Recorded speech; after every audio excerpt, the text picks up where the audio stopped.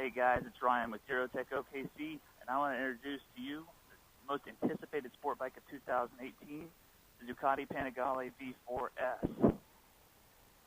She's insane. I rode her a little bit the other day. She's absolutely gorgeous, stunning in every way. And the technology is just mind-shattering. Extremely smooth. It is a huge departure from Ducati's heritage with the V-twin, but man, if this is where the world's headed, I'll take it. So I want to take you on a quick ride with it. Kind of show you what this thing's all about. Now, you'll definitely notice, anybody who's ever ridden a Ducati, the second I hit the starter button, you're going to notice a massive difference between the old and the new.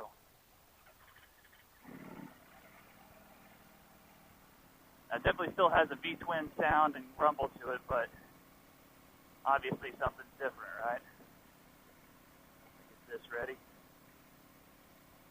So I've got it in race mode. It is extremely stable in race mode, so that's why I'm going to keep it in, whereas the previous versions were a little bit vicious. The new dash is easy to read, very clear, and quick, so take her out.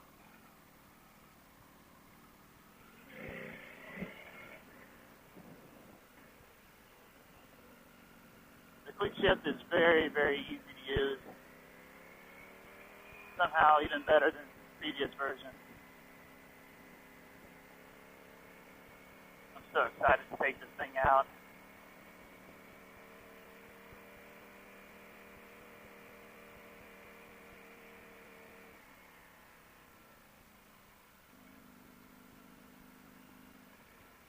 Oh, I love the sound it makes.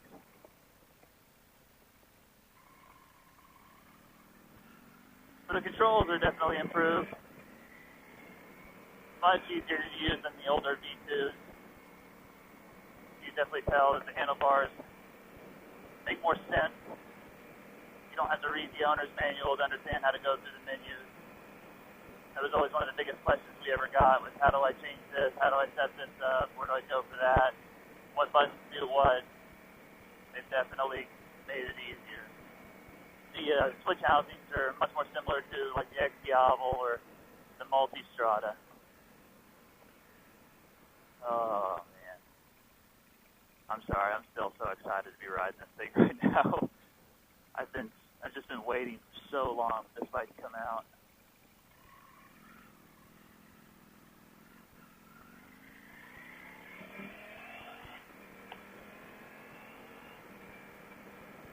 So the motor is very smooth and surprisingly tame.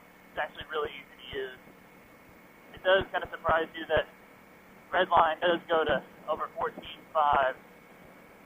whereas previous models went to 11.5. So just whenever I think this thing is redlining, it still has a lot of RPM left to go. So much more horsepower is left to give. So this one right here, with a twin pulse V4 engine, makes 216 horsepower off the showroom floor. And Ducati claims with their Krapovich exhaust system and the up-map chip, it adds another 10 horsepower, taking it to the 226 out the crankshaft. Speaking of that crankshaft, this motor does employ lots of MotoGP technology, and one of those is a reverse spinning crankshaft that goes counterclockwise. Now how that works is a lot of magic and physics all come together and make the bike easier to handle. And I gotta agree, it actually is a lot easier to handle. The weight is gone. There's the previous V2 had little weight to it. This one's a little heavier. Obviously, it's got a bigger engine, needs more frame and things like that, but you don't notice it. It feels lighter. You pick it up off the kickstand, and it just feels like there's just nothing there. It's really impressive. So, real quick, I'm going to keep letting the bike warm up. I'm going to get out to where the riding's good, and I'll see you again here in a second. Well, guess what? I got back to the shop. Turns out the second half of that video didn't actually save. So, and I know what you're thinking, Ryan, you incompetent boob. I know. but I'm going to try to make it up to you.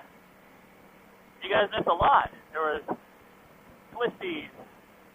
There were clover leaves. Witty commentary. It was just awesome, but now we've got to shorten it. I don't want to put any more miles on this bike for the new owner, but we'll at least have a little bit of fun.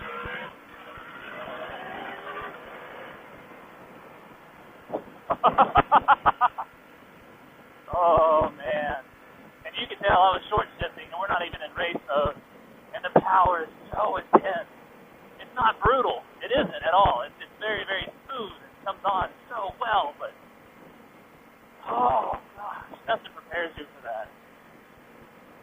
My heart rate hasn't been up this whole time until just then, and it's just knowing that it was not even barely over 3/4 throttle, and it just takes off. It sounds good. It feels good. And the crazy part is that it's controllable. It doesn't step out. It doesn't get wild. The front doesn't get jiggly. It's super, super, super smooth. And I love that. Man, I got to tell you, I'm sad. There's sadness knowing that my V-twin is now, it's not top dog anymore. It's obsolete. It's been replaced. I wanted so badly for this V4 to have some cons, and it doesn't. Everything the V-twin Panigale does well, this thing does magnificently. It does better.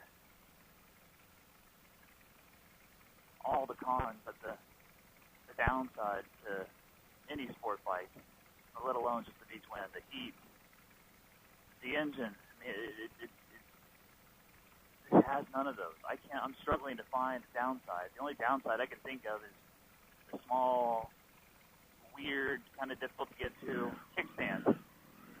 And that's it. That's all I can think of. Outside of that, this bike is absolutely perfect. In traffic, it's easy. Low speed, that's one of the cool things about the V-twin Panigale.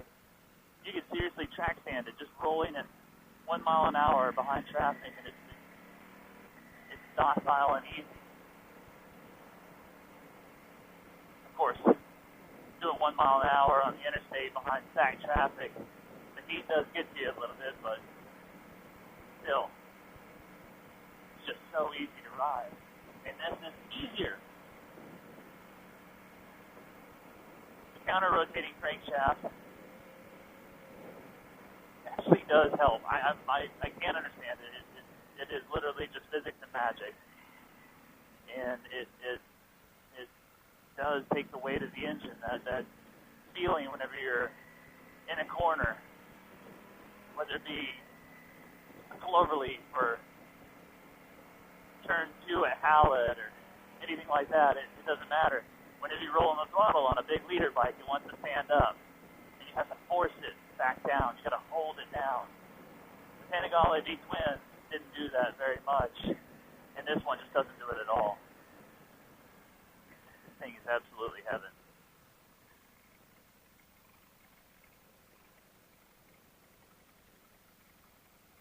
So, I don't know how else to describe it. I'm at a loss for words at this point. This bike is literally cheat codes. It is like Game Genie. It's God mode. Nothing can keep up with it. It's just, to have this bike on a racetrack would literally be cheating. It's perfect. Can't wait. That's what we need to do. I got an idea. We need to put a petition for the powers that be at Eurotech. Looking at you, AC. We all need to sign a petition. We need to do a track day on one of these. Really test out its electronics. Really see what it's able to do. Do a couple of laps at Hallett, which is one of the tightest and most technical tracks in central U.S. couple laps out there would really show what this bike can do. I've always described how it is, you take a leader bike out there, basically trying to fit a grizzly bear through a drinking straw. I think this thing can do it with total ease.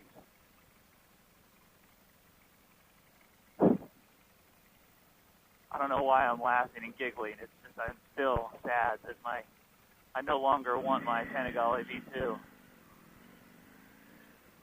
All I can think about is this. And I'm not kidding. Last night, I tossed and turned for a good hour, knowing that I was going to get to come back into work today and do this.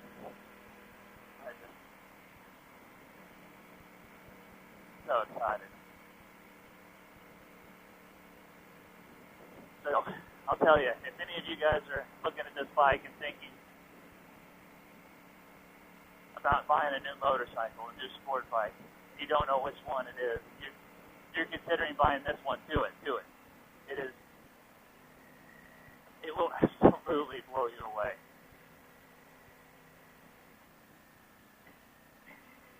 Absolutely worth it, every penny. Now, it does get a little bit more expensive, this one. Just under $28,000 for the S model. The base model is around $21,000, and then the Tricolore will be just a hair under $40,000. And if it's my choice, it's the S. The Tricolore is definitely awesome, and if that's the one you can get it. If you can swing that back, go for it. But this bike right here, the S, has the Ford's Marchesini aluminum wheels and the electronic Olin suspension, semi-active suspension. This is where it's at. This is worth it. God, this bike is so easy to ride in traffic. Still, the heat is just a non-issue. I feel a little bit of heat coming out the left side, which is definitely different than the V-Twin. V-Twin always put it out mostly on the right side. I feel a little bit on the left side, but it's just a breath of heat. Nothing to get upset about. I can sit here very comfortably behind this truck and know that it's not going to fry me while I sit here. That, above all else, makes this a far better street bike. A much more improved street bike. So, I'm going to make my way back to the shop, but thank you guys for joining me. We'll do some future videos on how to work the dash and how the electronics work and how to adjust traction control and what all the settings mean. That's one of the big changes too. It's a lot easier to use. And it makes more sense. It's not all just numbers. It lays it out for you a lot better. So, I'll see you guys on the next video. Thanks for joining me.